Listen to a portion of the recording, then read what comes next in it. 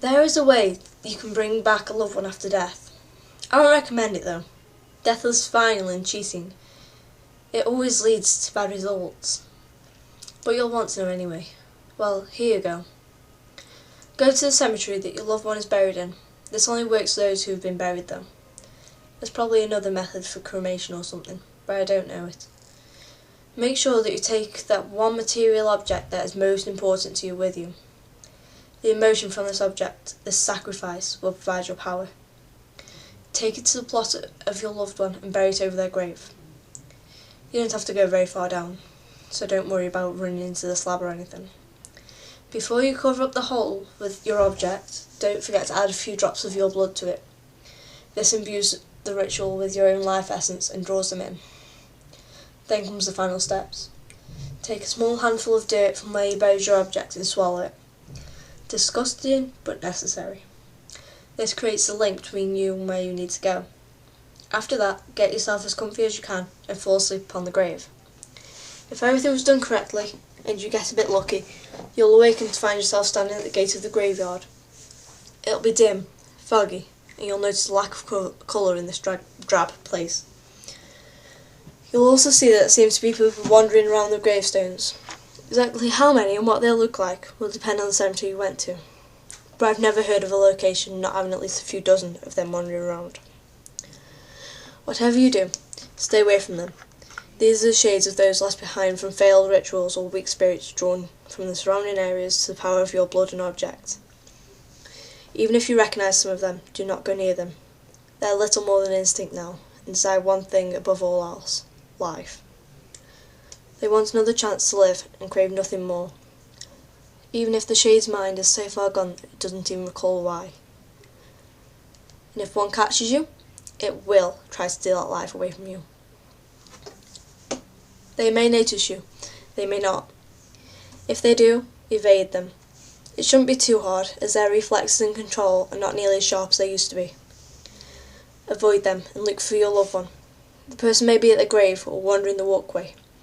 You may even find them hiding, terrified of the scene before them. When you finally see your loved one, stop. Don't go near them yet. Call out the person's name and wait for the response. If the response seems genuine, everything is going as planned. If the response is delayed, quiet, distant, or not even present, then hold on. Ask from a distance. What was the one thing the person hated in life? As these shades progress and their minds dwindle to nothing, some of the first things to go are the memories of the things they hated in life. Any bad memory that makes life seem terrible will slip away to be replaced by the deep desire to return to living. If your loved one's answer seems legitimate, take their hand and pray that you weren't wrong. If you are, you may find yourself as a replacement shade wandering this foggy graveyard. Be aware, the hand will be cold, freezing, like grasping solid ice, but never let go. Even if your hands start going numb and your fingers turn black, do not let go. After feeling that rush of life touching the hand and immediately losing it moments later, your loved one may not be able to resist the urge to take it all from you. Take your loved one back to the gate, avoiding other shades as you can. More may notice you now as your living body is connected to their realm via your lost loved one. Be quick, be decisive, and do not let go of your loved one's hand. Should it make you and step through the gates of the cemetery, you'll find yourself back in the living world. However, this time your loved one will have rejoined you at your side, still clutching your hand. To the rest of the world, it may just seem like your loved one went on a long trip somewhere and recently came back. Nobody will be able to recall where it was they went or what they did there. Well, nobody except you and your loved one, but they will be happy to see the person return. After this, I suggest that you never stay in one place too long. Keep moving, keep roaming. The more random your journey is, the better.